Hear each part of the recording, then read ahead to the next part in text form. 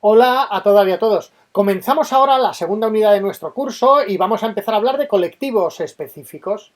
Hasta ahora lo que hemos hecho es caracterizar la figura del integrador o la integradora social y además hemos concretado qué es la intervención social como el ámbito en el que vamos a desarrollar nuestra labor como técnicos y técnicas. Bien, pues ahora ya estamos en disposición de comenzar a conocer en profundidad los diferentes colectivos con los que vamos a intervenir como técnicos y técnicas en integración social. Y en esta unidad nos vamos a centrar en uno de los colectivos fundamentales en la integración social, el de personas con diversidad funcional. Bueno, con cada uno de los colectivos que trabajemos durante el curso, y en este tema centrado en las personas con diversidad funcional vamos a hacer lo mismo, vamos a hablar de 4 cosas. En cada tema centrado en colectivos vamos a caracterizar al colectivo, en primer lugar, después veremos la tipología que nos puede ayudar a diferenciar al colectivo. También hablaremos de las necesidades y de los apoyos dirigidos a las personas que componen el colectivo que trabajemos y finalizaremos cada tema con las políticas y los recursos dirigidos a los colectivos. En este vídeo vamos a caracterizar al colectivo de personas con diversidad funcional y veremos los tipos de diversidad funcional. Y lo primero, ¿cómo llamamos al colectivo? Porque si os fijáis un poco en situaciones cotidianas, vamos a encontrar a personas que hablan de discapacitados, de minusválidos, de inválidos, o incluso utilizan denominaciones menos adecuadas o más injustas. Bien, pues para llegar a la denominación más recomendable hoy en día, vamos a hacer un repaso a las diferentes denominaciones que se han dado en las últimas décadas. En 1980, la Organización Mundial de la Salud publicó la Clasificación Internacional de las Deficiencias, las Discapacidades y las Minusvalías, la CIDDM. En ella se ofrecía una definición de cada uno de estos 3 términos. Una deficiencia la definía como una pérdida o una anormalidad en una función física o anatómica, tanto de origen innato como de origen adquirido, y tanto permanente como temporal. En cambio, la discapacidad se definía como la dificultad o la incapacidad para realizar una tarea considerada como normal precisamente por causa de esa deficiencia. Es decir, la deficiencia es el problema en sí, el trastorno en sí, y la discapacidad lo que dicha carencia impide realizar. Por ejemplo, una persona que se le amputa una pierna sufre una deficiencia, es decir, le falta una pierna, pero le provoca una discapacidad, por ejemplo, para deambular. Y por último también define lo que se consideraba una minusvalía, que se consideraba la situación desventajosa consecuencia de la deficiencia y de la discapacidad. Por lo tanto, la minusvalía tiene que ver con el ambiente en el que vive la persona y son precisamente las barreras, no solo las barreras físicas, sino también las barreras culturales o sociales, las que agudizan la minusvalía. Pero hoy parece superada esta clasificación. No obstante, hay que saber que en los 80, cuando se publicó esta clasificación, ya ofreció algunas aportaciones positivas, ya que modificó la manera de considerar las discapacidades y además comenzó a servir de base de nuevas medidas legislativas. Pero entre las limitaciones de la clasificación, de esta clasificación, destacamos que no tomaba en consideración los factores contextuales y además que el enfoque que daba era negativo. Fijaros en los prefijos que utilizaba: deficiencia, discapacidad, minusvalía. Además, estos 3 términos, deficiencia, discapacidad, minusvalía, tienden a confundirse y a generar dificultades. Así, en el año 2001, la propia Organización Mundial de la Salud publicó la CIF, lo que se conoce como la Clasificación Internacional del Funcionamiento de la Discapacidad y la Salud, que intenta superar las limitaciones de la anterior clasificación. Este modelo da una vuelta al concepto de discapacidad y la considera como una falta de adecuación entre la persona y su entorno, en lugar de considerarse como una consecuencia de la deficiencia de la persona. Porque, según la CIF, el funcionamiento de un individuo es la interacción entre la llamada condición de salud y los factores contextuales, o sea, el entorno en el que se desenvuelve un individuo. Así que desde ese momento se usa fundamentalmente el término discapacidad. Pero en el año 2005, el Foro de Vida Independiente, que es una comunidad constituida por personas de nuestro entorno y bueno, de diferentes países, promueven una reflexión acerca de los derechos de las personas de este colectivo. Y propuso un nuevo término, el de diversidad funcional, porque pensaron que el concepto de discapacidad ya había ido adquiriendo muchas connotaciones negativas. Entonces propusieron el concepto, el término, personas con diversidad funcional, ya que en realidad todas las personas tenemos diversidad funcional. Lo que se pretende con esta definición es dejar patente que si alguna persona tiene problemas para desenvolverse con normalidad, la responsabilidad no es de la persona, sino del medio, que es el que genera esas dificultades. En definitiva, usemos la opción que sea, siempre debemos anteponer el prefijo persona, o sea, persona con discapacidad en lugar de discapacitado, dejando claro que la condición de persona está por delante de cualquier otra consideración. Y vamos a ver ahora los tipos de discapacidad o de diversidad funcional. Y empezamos hablando de la diversidad funcional sensorial. Bueno, si lo pensáis, todas las personas recibimos información del mundo que nos rodea a través de los diferentes sentidos. Si tenemos afectado alguno de nuestros sentidos, muy probablemente tendremos problemas para percibir nuestro entorno o bien habrá que buscar estrategias alternativas.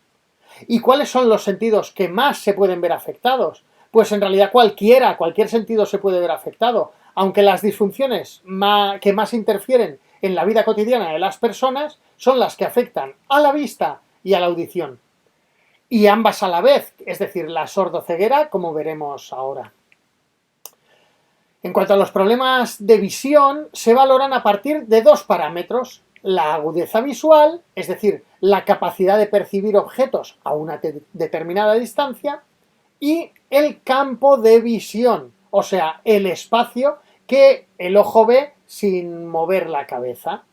Y según estas variables, la ONCE distingue entre deficiencia visual. Una persona con una deficiencia visual es aquella que algo puede ver, en concreto una agudeza visual de 1/3 o menos, y un campo de visión de menos de 20 grados. Y ceguera, cuando la percepción de luz es nula o muy baja. Obviamente, como sabemos, estos problemas visuales pueden ser innatos o adquiridos. Y esto es importante porque dependiendo de cuándo surjan los problemas, las personas pueden recordar su percepción visual o no.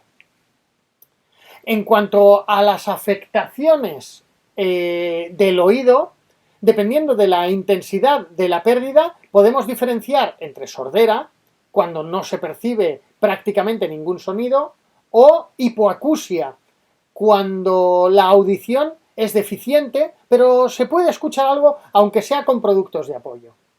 Y ahora, dependiendo del momento en el que surja la pérdida, la sordera o la hipoacusia pueden ser prelocutiva, cuando surge antes de que la persona haya aprendido a hablar, o incluso antes del propio nacimiento, eso es prelocutiva, o poslocutiva, es decir, después de haber aprendido a hablar. Y, dependiendo de la localización, puede ser de transmisión o de percepción, o mixta. Ahora lo vemos. Cuando el problema es de transmisión es cuando está afectado el oído externo o el oído medio y ello impide que el sonido se transmita con normalidad. Puede ser por culpa de un tapón o de una infección o incluso por razones más graves. Pero en general suelen ser pérdidas de audición moderadas y muchas veces son reversibles. Las de percepción afectan al oído interno e impide que se perciba de forma correcta tanto la cantidad como la calidad del sonido, por culpa de alteraciones del nervio auditivo. Y por último están, las mixtas, que es la combinación de ambas, es decir, que el oído resulta afectado tanto en la transmisión como en la percepción. Y en tercer lugar, hablamos de la sordoceguera, en la que se combina una deficiencia auditiva con una visual. Y dependiendo del momento en el que se adquiera y combinando los dos tipos de deficiencia, la sordoceguera puede ser bien congénita, cuando ambas deficiencias son de nacimiento, o bien que la deficiencia visual sea congénita y la auditiva adquirida, o al revés, que la deficiencia auditiva sea congénita y la visual adquirida. Y en cuarto lugar, cuando ambas deficiencias son adquiridas. Bueno, al ver esta explicación, ¿os habéis parado a pensar que la mayor parte de la información la percibimos a través de la vista o del oído? Por esta razón, el grado de dependencia de estas personas tiende a ser muy alto. Y hablemos ahora de la diversidad funcional motora. Pensad que si el aparato locomotor está alterado, son muchas las tareas que se pueden ver afectadas. Por supuesto en el desplazamiento, pero también otros movimientos o incluso el habla. ¿Y qué es lo que puede provocar este tipo de discapacidad? Pues distinguimos entre dos tipos de lesiones que afectan a lo motor. Por un lado, enfermedades o lesiones del aparato osteomuscular, o sea, de los huesos y de los músculos, y enfermedades o lesiones del sistema nervioso. Además, obviamente, estas lesiones pueden afectar desde el propio nacimiento o pueden producirse en cualquier momento de la vida. En el documento en PDF con los contenidos de esta unidad tenéis una breve lista de las manifestaciones más comunes que se producen en el área motora. En concreto hablamos de parálisis, diferenciando entre una plejía y una paresia. Una paresia es que la función del miembro queda debilitada y una plejía es que la función queda suprimida definitivamente. Así distinguimos entre monoplejía o monoparesia, si se ve afectado un solo miembro, o hemiplejía o hemiparesia, la afectación es de un lado del cuerpo, o paraplejía o paraparesia, si son las dos piernas las afectadas, y tetraplejía o tetraparesia, si son los 4 miembros los que se ven afectados.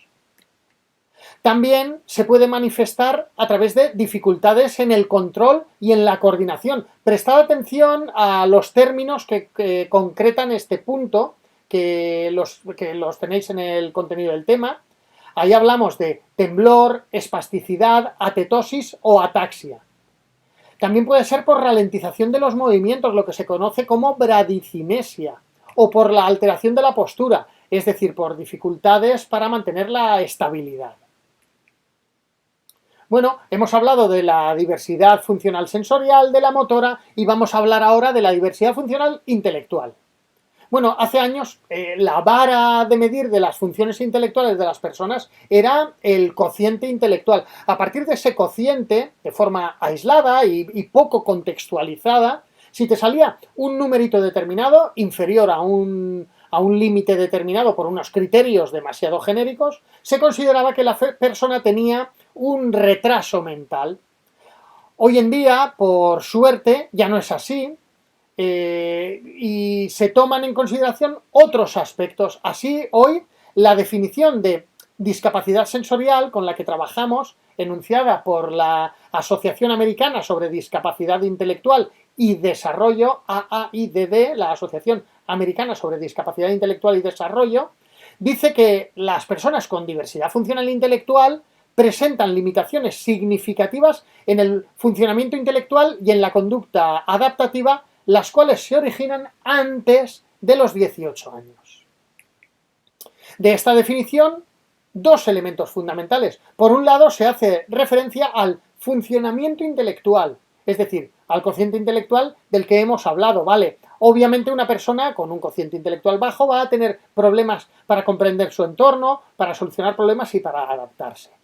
Pero la definición también habla de la conducta adaptativa, es decir, de todas aquellas habilidades que te ayudan a desenvolverte, por un lado, en la vida diaria y por otro lado, enfrentarte a los cambios que puedas encontrar. Bueno, pues hasta aquí la primera parte del tema dedicado al colectivo de personas con diversidad funcional. Seguiremos trabajando estos contenidos que espero que os resulten interesantes. ¡Mucho ánimo!